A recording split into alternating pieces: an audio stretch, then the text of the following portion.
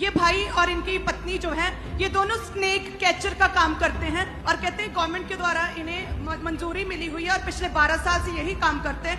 कहते लेकिन 2024 में जब ये कोबरा सांप को पकड़ने गए यहाँ पर कहते जोर से सांप ने कहते काटा और जैसे ही काटा पूरा सेम टाइम ही जख्म बन गया, इतना गहरा जख्म कि उंगली कहते अंदर जा सकती थी, पूरी की पूरी उंगली, पूरा जहर फैल गया था।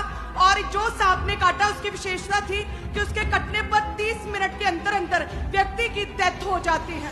और अपोस्टल जी कहते इतना घबरा गए, जब डॉक्टर के पास गए तो उन्होंने जवाब दे दिया था, लेकिन कहते कि ये चर्च को फॉलो करते थे और प्रार्थना किया हुआ ऑयल इस बहन के पास था और कहते इस बहन ने वो ऑयल कहते जैसे अपने पति के हाथ पे लगाया पूरा जहर गायब हो गया, पूरा जहर, कोई जहर नहीं मिला।